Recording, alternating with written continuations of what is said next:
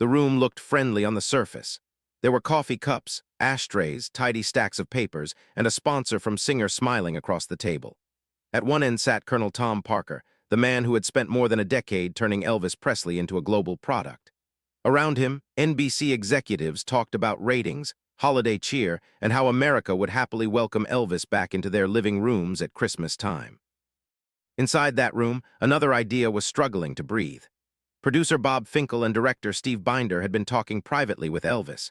They had heard the way his voice changed when he spoke about the old songs, the raw rock and roll that started all of this. They had seen the look on his face when he remembered the days before the movies, before the endless soundstage schedules, before polite songs and safe scripts. Colonel Parker wanted a Christmas postcard. NBC had already been told that Elvis would wear the right sweaters, sing the right carols, sell the right feeling of warmth and tradition. It would be neat, respectable, and very easy to sponsor. Under that polished pitch sat one quiet assumption, the same one that had guided every major decision for years. Elvis would agree. That assumption finally met a wall. When the talk turned to format, to closing numbers, to the safe little Christmas finale, Elvis spoke up. His voice did not sound angry. Witnesses later described it as calm, steady, more certain than anyone expected. He said that he did not want to finish his television return as a polite holiday decoration. He wanted to sing the songs that still felt honest. For the first time in a very long time, Elvis Presley refused his manager in front of other men. The shift was small on the surface, only a quiet sentence in a smoke-filled room. Inside the colonel's face, something larger cracked. The easy carnival charm slipped, the eyes hardened, and the smile froze for a second too long.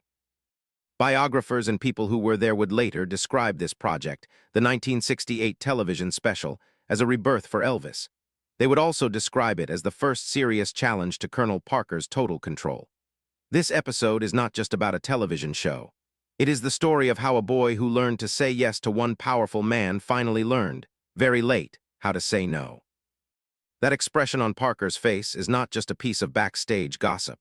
It is a symbol of everything that went right and everything that went wrong between them. To understand what changed in that single moment, you have to go back to the beginning, to the years when Elvis Presley believed that following Colonel Parker would solve every problem he could not even name.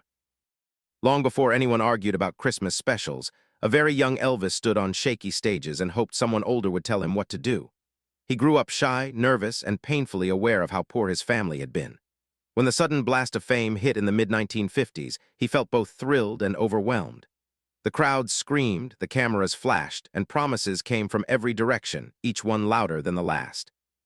In that chaos, the idea of one strong captain sounded like safety. Colonel Tom Parker arrived with the voice of a man who had already seen every trick the world could play. His background was carnival lots, country acts, and hard bargaining. He knew how to sell a personality, how to turn a singer into a phenomenon, and how to squeeze every possible dollar out of that phenomenon before the public moved on. Elvis did not read contracts with a lawyer's eye. He read people with a son's heart. He saw a manager who spoke with certainty, who could walk into a room and make record executives listen. Parker talked about television appearances, national tour, movie deals, and long-term security for Elvis's parents. The young singer felt underwater, and here was someone who knew which way was up. The early results seemed to prove the colonel right. Within a short span of time, Elvis went from nervous regional act to national star. Appearances on shows like the Dorsey Brothers, Milton Berle, and Ed Sullivan turned him into a lightning rod for both love and outrage. Crowds rioted. Preachers raged. Reporters wrote about his hips as if they were a national emergency. Colonel Parker looked at that noise and saw opportunity. He negotiated massive fees for tour and television. He pushed for the kind of merchandising deals that had rarely been seen for a singer. Posters, photographs, buttons, even novelty items poured onto the market with Elvis's name and image stamped on them. Every step built the sense that together they could not lose. Under all that movement, a pattern quietly formed. Whenever Parker said, "This is the move," Elvis agreed. Whenever Parker insisted that a certain path would protect the image, Elvis trusted him. The habit felt natural at first. The older man had more experience, and the younger one was still figuring out who he was in private, let alone what kind of artist he wanted to be in public. The first major test of that habit arrived with the draft notice. When Elvis entered the Army, there was serious debate behind the scenes. Some voices suggested special treatment, protected service, or a way to continue the movies while he wore the uniform. Colonel Parker made another choice. He urged Elvis to serve as a regular soldier, to let the world see him as a polite, disciplined young man doing his duty. From a publicity angle, that decision worked. Photographs of Elvis in uniform helped soften the image that had frightened parents and church leaders. The dangerous young man with the wild hair now looked like a model citizen. Many fans loved him even more. Newspapers that once condemned him wrote respectful pieces about his service. Service time changed Elvis in ways that did not fit neatly into promotional plans. He returned older, more thoughtful, and more aware that life could not be reduced to screaming fans and flashing cameras. While stationed in Germany, he heard new music, met new people, and began to feel the weight of being Elvis Presley every hour of the day. When the Army chapter ended, he did not come back as exactly the same boy who had left. Colonel Parker met that older Elvis with a detailed schedule and a very clear map. Hollywood had already opened its doors. Studios wanted to place Elvis in a long sequence of films that fit into a simple pattern. There would be light stories, beautiful co-stars, harmless trouble, and plenty of songs that could double as soundtrack singles. Each project would be safe, predictable, and highly profitable. At first, the movie sets felt exciting. There were new cities, new cast members, and new chances to perform, even if the performing happened in a scripted, controlled way. Cameras still pointed at him. Fans still lined up outside the gates. Money still poured in for everyone involved. Many people around Elvis thought this was the logical next stage. The boy who shocked the world on stage would now charm it on screen. After a few years, the pattern began to feel like a cage. Scripts blurred together. Roles felt interchangeable. The films were not built to challenge him as an actor or as a singer. They were built to be steady income machines that multiplied across theaters and record stores. In private, band members and friends later recalled Elvis shaking his head at some of the songs he was asked to sing, especially when he looked at how rock music outside that studio bubble was evolving. Hints of resistance slipped out, but they rarely grew into full refusals. He would complain about weak scripts, question the quality of certain songs, or talk late at night about making a serious picture with depth and meaning. Morning always brought a return to the same cycle. The Colonel would remind him of the money, the reach, the safety. Elvis would nod, sign, and show up on set. Every time he stepped back into line, the habit grew deeper. Psychologically, it is hard to challenge someone who has guided you through your greatest successes, especially when the world constantly tells you that you owe everything to that person. Colonel Parker remained the man who had turned a shy boy from Tupelo into a world figure. That story made it very difficult for Elvis to believe that his own instincts could ever be wiser than the Colonel's plans. By the mid-1960s, the cracks in the formula were no longer only emotional. The box office numbers dipped. Critics grew harsher. Rock music shifted toward bands who wrote their own songs, experimented with sound, and spoke to the unrest of the time. Elvis watched artists like the Beatles and Bob Dylan change the landscape while he stood in front of cardboard backdrops pretending to race boats or ride carnival rides for the 10th time. Inside Colonel Parker's office, the answer to this decline did not involve handing Elvis more creative control. Instead, it involved finding another big television moment that could reassert brand power. NBC came with an offer for a Christmas special. Families across America would sit down at the same time, and Elvis would appear in their homes not as a rebellious figure, but as a safe, familiar, smiling host wrapped in seasonal warmth. Negotiations went ahead with very little involvement from Elvis himself. Parker discussed budgets, sponsor needs, running time, and format. He promised a friendly holiday show that would not scare anyone. Executives liked the sound of that vision. A Christmas special with Elvis Presley felt like a good way to blend nostalgia, star power, and commercial comfort. When Elvis finally heard the basic outline, the realization settled heavily on him. After all those years of movies that felt thin, his big return to nationwide television would not be a bold new artistic statement. It would be another polite package, another safe product, another hour where the raw man inside the myth stayed hidden behind an arrangement that worked better for everyone else than it did for him. That feeling did not erupt immediately into anger. It started as a quiet ache, a sense that time was slipping away. He was in his 30s now, watching a new generation define the sound of the era. The question that would haunt the rest of his life began to form in the back of his mind. How many more years could he spend saying yes to plans that slowly erased the very thing that made him matter in the first place? Somewhere between that sinking realization and the first planning meetings at NBC, The ground under Colonel Parker's control shifted a few inches. The manager still signed the contracts and smiled for the cameras. The artist, for the first time in many years, began to wonder what would happen if he simply refused. The first real challenge to the Christmas postcard began quietly. It did not start with a fight. It started with a conversation in a small office, away from the colonel, away from sponsors, away from the usual protective walls that surrounded Elvis Presley. Producer Bob Finkel and director Steve Binder sat with him and asked questions that no one on the payroll usually asked. Binder did not open with ratings or contracts. He asked Elvis how he felt about his music. He wanted to know which songs still made his stomach tighten and his chest lift when he sang them.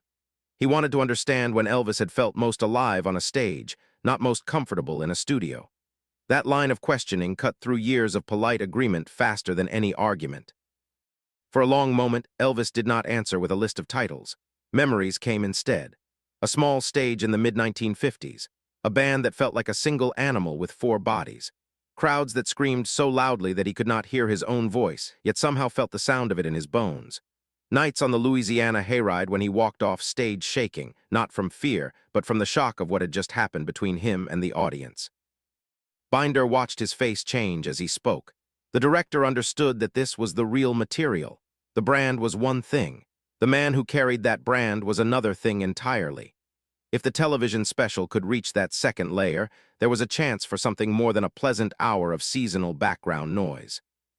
When talk turned back to the NBC deal, 2 very different scripts for Elvis's future lay on the table. Colonel Parker's version already had shape. Viewers at home would see a clean set, organized segments, guest moments, and a line of Christmas songs that fit neatly between sponsor messages. The show would protect the image of Elvis as a friendly, safe star who could sit comfortably in any living room. Binder's version looked nothing like that. The core of his vision was not a concept, but a feeling. Elvis would return to a stage that felt real, with musicians close enough to touch. Sweat, mistakes, laughter, and risk would be part of the package instead of something to hide. The director wanted to put Elvis back into black leather, the same kind of second skin that had once shocked polite society and thrilled young people who saw themselves in his defiance. Under Binder's plan, the special would not end with a string of Christmas carols. It would build toward a brand new song that spoke to the confusion and hope of the late 1960s. The world outside was full of protests, assassinations, and questions about what America was becoming. A closing number that faced that tension head-on felt, to Binder, more honest than any staged winter wonderland. Elvis listened as both paths were laid out for him in different rooms on different days. On paper, Parker's proposal looked safer for everyone. Sponsors could relax. Network executives could breathe easily. Managers could point to the show as proof that Elvis Presley was still a clean investment.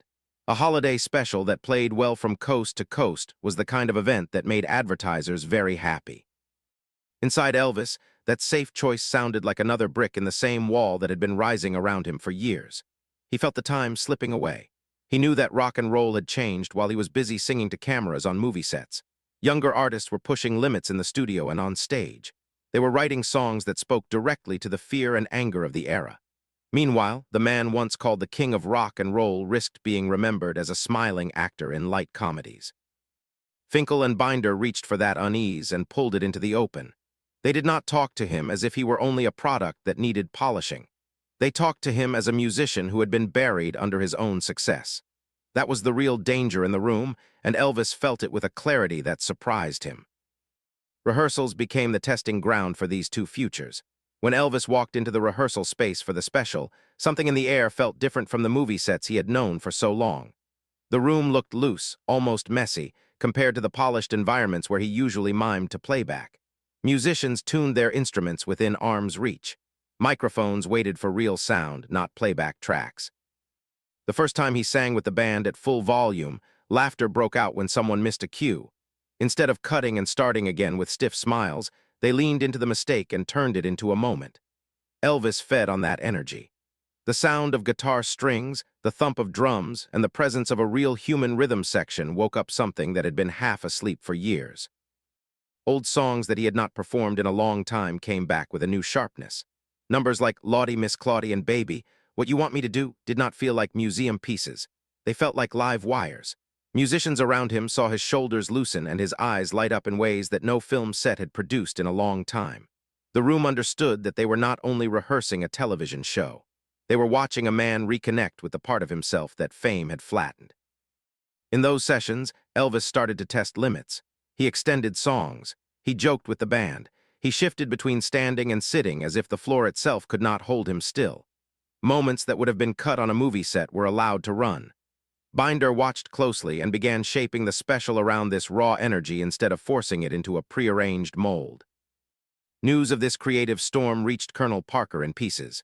Reports came back that the rehearsals were chaotic, that Elvis was doing long jam sessions, that the director wanted to keep the roughness instead of cleaning it up. The colonel had built his career on controlling variables. Loose ends and unpredictable elements made him nervous.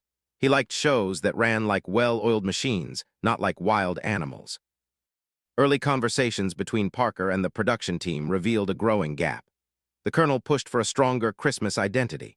He wanted more seasonal material, more obvious family appeal, more of the comfort that he had already sold to NBC and the sponsor. The director pushed back with footage and stories from rehearsal, arguing that the real magic of the show was not in staged holiday scenes, but in Elvis himself, stripped of artifice.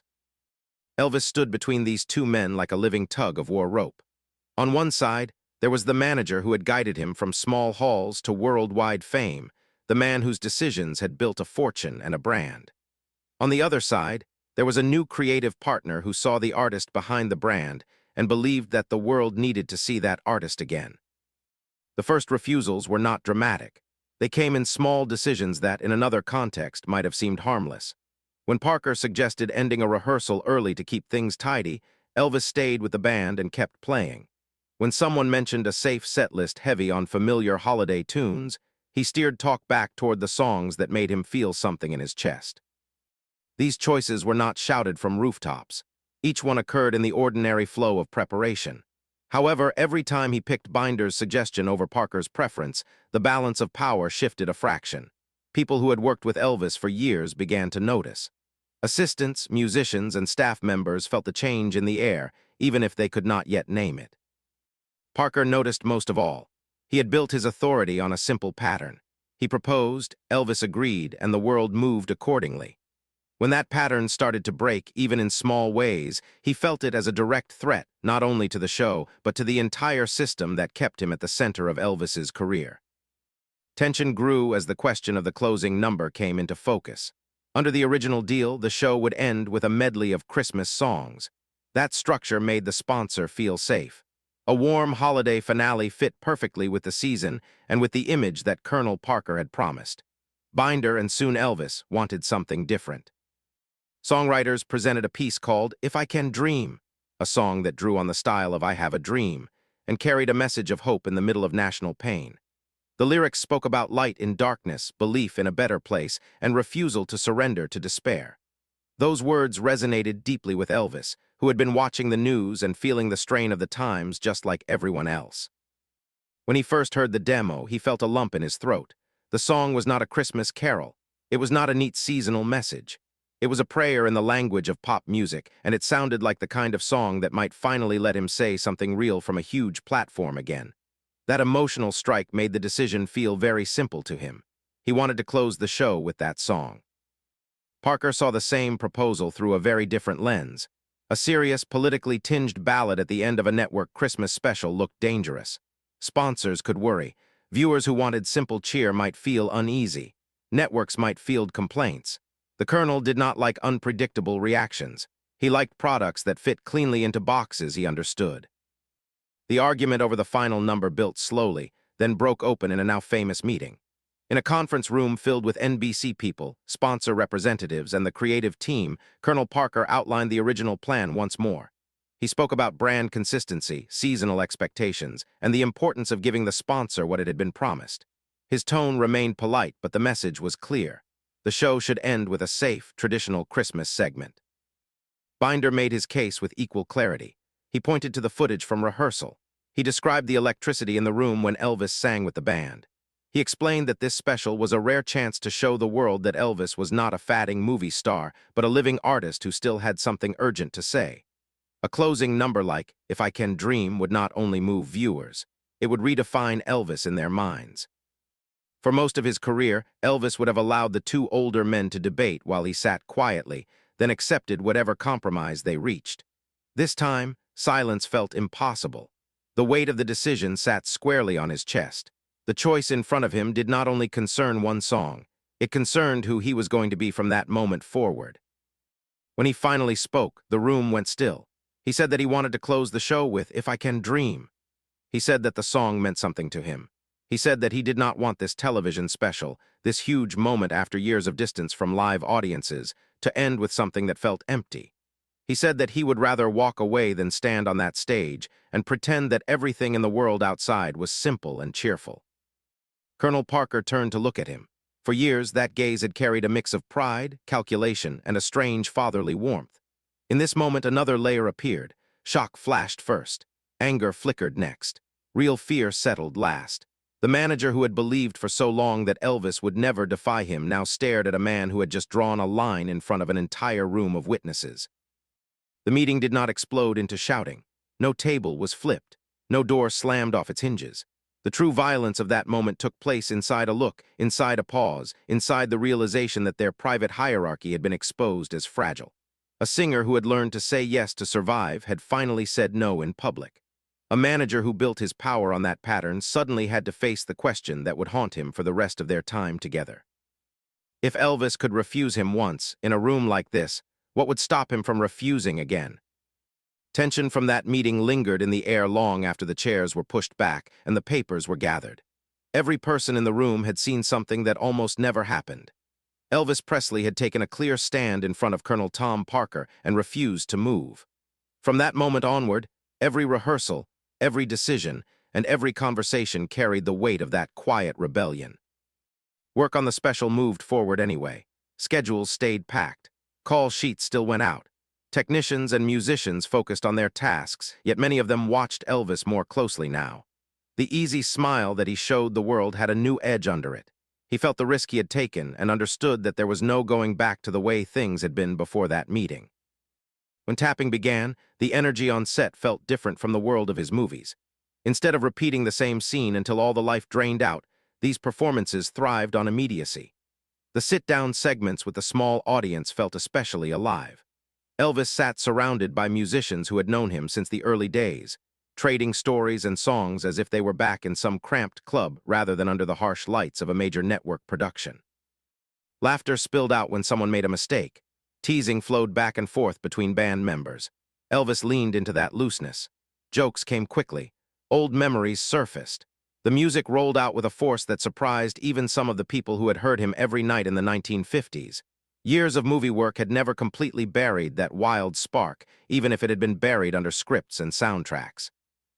Away from those intimate segments, the production included more staged pieces, yet even those carried a sharper edge than the usual variety show.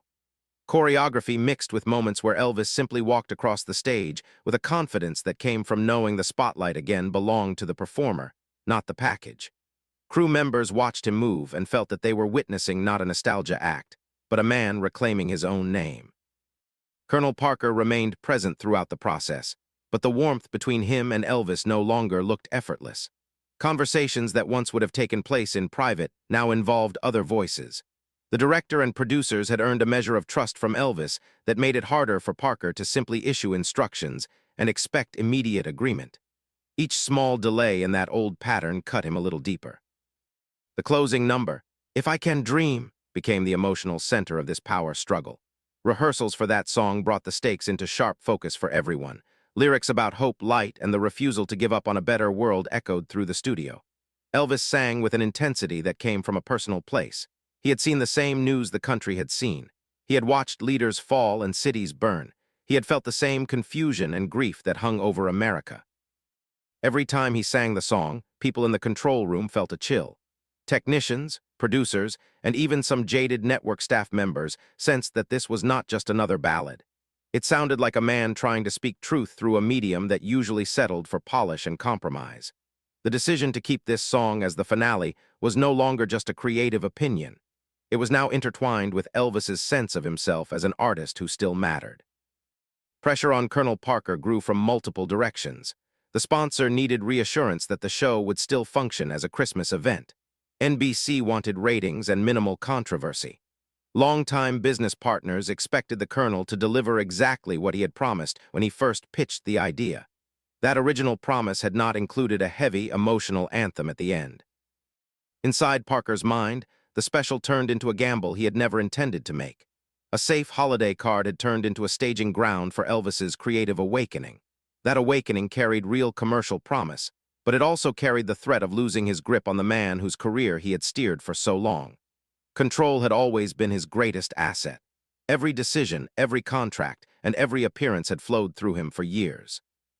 Now, for the first time in public, that flow had been interrupted. When the special finally aired, the reaction cut through his doubts with brutal clarity. Viewers tuned in by the millions. Critics who had written Elvis off as a relic of the 50s suddenly spoke of a rebirth. Reviewers used words like electric, raw, and triumphant. Young people saw someone who did not feel like an old star begging for attention. Older fans saw a glimpse of the man they had first fallen in love with over a decade earlier. Ratings were strong. The network had the event it wanted. Sponsors saw their ads wrapped inside a show that people talked about the next day. Merchandise demand surged. Record companies realized that the public still cared deeply about Elvis when he was allowed to sound like himself. The success of the special shifted the conversation inside the business. No one could argue that Elvis had been wrong to follow his own instincts on that finale. For Colonel Parker, the numbers created a complicated kind of victory. The show he had not wanted in that form had succeeded beyond expectations. From a business angle, he had more leverage than ever. From a personal angle, he had been proven wrong in a very visible way. The moment Elvis refused him in that meeting now looked like the smart move, and everyone who mattered in the industry could see it. A new balance formed in the months that followed. Elvis, encouraged by the response, moved towards stronger material. Recordings after the special reflected a deeper, more engaged approach. Songs carried more grit, more soul, more bite. The voice that had once been boxed into light soundtrack numbers now wrapped itself around material with real emotional weight. Live performance returned as the next frontier. Plans developed for a series of concerts in Las Vegas. Parker saw incredible income potential in a residency that allowed Elvis to stay in one place while fans from around the world came to him. It sounded efficient, profitable, and controllable. For Elvis, the idea of regular live shows felt both exciting and frightening. He had not done extended runs like that in years. The opening at the International Hotel in 1969 marked another high point in this new phase. Audiences saw a fit, energized Elvis on stage, commanding the room with a mix of old hits and newer songs that reflected where he was now. Reports from those early shows described standing ovations, packed houses, and a sense that he had once again become a live force, not just a face from the past. For a time, it looked as though the triumph of the special and the success of Vegas had finally aligned business and art. Colonel Parker booked more shows. The hotel extended contracts. Money flowed. Elvis basked in the love of fans every night. The danger underneath that success did not show its full shape right away. Night after night, the schedule took its toll. Constant performances, rehearsals, and travel wore down a body that had already carried the strain of years in the spotlight. To keep up the pace, Elvis leaned more on the pills that had become part of his life. Some were meant for energy, some for sleep, some for mood. The exact combinations shifted, yet the direction was always the same. Exhaustion met chemistry instead of rest. People around him saw the change. Musicians noticed when his mood swung sharply or when his energy lagged halfway through a show. Staff members observed longer stretches where he seemed distant, even while smiling and joking on stage. Friends worried in private, yet very few knew how to reach past the wall that fame and dependence had built around him. Colonel Parker faced his own set of pressures. Gambling habits grew more serious. Debts mounted in ways that pushed him to seek even more income from Elvis's career. A sold-out run in Las Vegas did not only look attractive, it looked necessary. The more tangled his personal finances became, the more he needed Elvis to keep working at a level that would satisfy both business partners and creditors. That combination of dependency created a trap. Elvis needed Parker to handle the layers of deals, contracts, and logistics that now surrounded his life. Parker needed Elvis as the engine that powered his entire world. Neither man was willing or able to admit how dangerous that mutual need had become. The result was a partnership that looked stable from the outside and felt poisonous from the inside. By the early 1970s, cracks in this new phase were visible even to casual observers. Performances sometimes felt uneven. Interviews revealed flashes of frustration. Private arguments between Elvis and Parker became more frequent. Topics ranged from money to schedules to creative choices. Each conflict carried echoes of that first major refusal back in 1968. A moment in 1973 brought all of this buried tension crashing into the open. The Hilton in Las Vegas had become both home and prison. Elvis was expected to deliver show after show to fulfill the contracts that Parker had set in motion. One night, after building resentment and physical strain, he exploded on stage. Angry words about hotel management spilled out in front of the audience. Long, simmering frustration boiled over into public criticism. Hotel executives heard every word. Management did not appreciate being called out from their own stage by the star they were paying so heavily to host.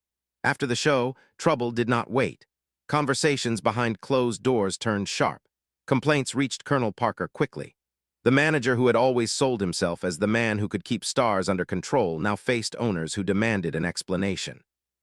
That backstage confrontation between Elvis and Parker has been described in several accounts, each with its own small differences, yet most agree on the core. Harsh words flew. Accusations about overwork and bad management surfaced. Old resentments reappeared. Elvis voiced anger over the endless schedules and the feeling that he was being driven into the ground. Parker pushed back with talk about obligations, contracts, and the money that had already been spent. At some point in that argument, lines were crossed that could not be uncrossed. Elvis, in a burst of emotion, told the colonel that he was fired. The manager who had guided his career from near the beginning heard that sentence as a betrayal nearly as deep as the refusal in the NBC meeting, yet far more brutal. Years of shared history hung between them in that room like ghosts. Parker's response came from a place of wounded pride and hard calculation. He shot back that he could not be fired because he was the one who quit. In that instant, the partnership that had seemed unbreakable to the outside world shattered in private. Two men who had built each other's legends found themselves on opposite sides of a deep, jagged divide. Silence after that exchange must have felt heavier than any shouted insult. Each man understood the truth hidden in those heated words. Without Elvis, Parker's empire had no foundation. Without Parker, Elvis faced a maze of contracts, debts, and obligations that he had never fully understood. The emotional clash in that hotel suite reflected something much larger than a single argument. It reflected a slow collision years in the making, set in motion the moment Elvis first refused to bend entirely to his manager's will. That night in Las Vegas stands as the loud echo of the quiet rebellion that began with a final song choice in 1968. The stakes had grown higher. The exhaustion had grown deeper. The public image of harmony could no longer hide the fact that artist and manager were now bound together more by fear and necessity than by shared dreams. Morning after that furious Vegas argument, silence did more damage than any shouted insult. Lawyers stepped in where friends and family had failed. Papers that once felt like a formality now carried the weight of possible separation. Colonel Tom Parker moved quickly. Years of work, commissions, expenses, and claimed obligations were gathered into numbers that could crush almost any man. A detailed bill went to Elvis and his father, Vernon. Line after line, it insisted that Parker was owed a fortune if their partnership ended. The message under the math sounded very clear. Freedom would carry a price so heavy that staying together might seem easier. Elvis, who had never lived far from debt fears and money anxiety, stared at those figures and felt the room tilt. Vernon looked at the situation as a father who thought in terms of survival. He worried about estates, taxes, houses, payroll, and the long list of people whose lives depended on Elvis working. Breaking with Parker meant jumping into a fight with contracts and companies they had never handled alone. Remaining with him meant stepping back into a relationship that now felt more like a financial trap than a shared dream. In the end, the cold logic of fear won. Rather than tear up the contract and rebuild his professional life from scratch, Elvis stayed with Colonel Parker. On paper, the partnership continued. In the quiet spaces between them, something important had died. The easy trust that once ran under every conversation had been replaced by calculation and resentment on both sides. Life moved forward anyway. New tours were planned. Shows went on. Records came out. No fan in the front row of an arena saw the fine print that now defined their connection. From the outside, manager and star remained a single package. Inside that package, a different game had started, a slow, painful exchange of small acts that felt like private revenge. Subtle acts of defiance began to replace open battles. Elvis would ignore some of Parker's advice, then pretend that nothing had happened. He would talk more directly with musicians, producers, and even promoters, shifting little pieces of power away from the man who once controlled every detail. On other days, he would retreat again, worn down by the sheer effort that real independence seemed to require. Parker responded in his own way. Schedules hardened. Commitments grew more intense. Offers that favored security over creativity were presented as the only realistic choices. If Elvis resisted a certain plan, another plan arrived with slightly changed wrapping but the same purpose. Each move seemed to say, without words, that no one knew this business like the Colonel, and that every attempt to step around him would only lead back to the same place. That dance turned their later years into a strange stalemate. Neither man could walk away without losing something essential. Each one, in his own way, tried to win small rounds in a fight that had no real winner. The cost of that constant strain showed itself most clearly in Elvis's health and spirit. Public smiles hid private exhaustion. The stage became a place where he could feel powerful for an hour or two, then return to a world where he felt increasingly trapped. Over time, a simple story formed in the minds of many fans. According to that version, Colonel Parker was pure villain and Elvis was simple victim. The manager appeared as a cold manipulator who had stolen the singer's future. The artist appeared as a helpless puppet who never pushed back. It is an easy story to tell. It fits into a single sentence and allows people to take sides without much thought. Closer study suggests a far more complicated truth. Evidence shows that Elvis did push back at key moments. That meeting over the 1968 special was one clear example. The clash in Las Vegas in 1973 was another. Every time he insisted on a song that meant something, or a performance that felt real, he nudged the story of his own life in a new direction. Those acts of resistance did not add up to a clean break. They came late and they came in bursts, yet they still mattered. Each one proved that Elvis was not simply sleepwalking through his career under someone else's spell. He made choices, good and bad. He bore responsibility for the paths he took and for the times he stayed quiet when he might have spoken. That reality is harder to sit with than a simple hero and villain picture, but it is also more honest. Public memory often forgets how much dependence ran in both directions. Colonel Parker did not simply use Elvis. He also believed, in his own warped way, that he was protecting him. The Colonel came from a world where weakness got punished fast. Rough years in carnivals and small-time hustling had taught him that only the clever and the ruthless survived. When he looked at Elvis, he saw a gifted, fragile man who needed a shield between himself and a world that could eat him alive. That protective instinct mixed with uglier drives. Gambling habits, hunger for status, and fear of losing control twisted what might have begun as genuine care.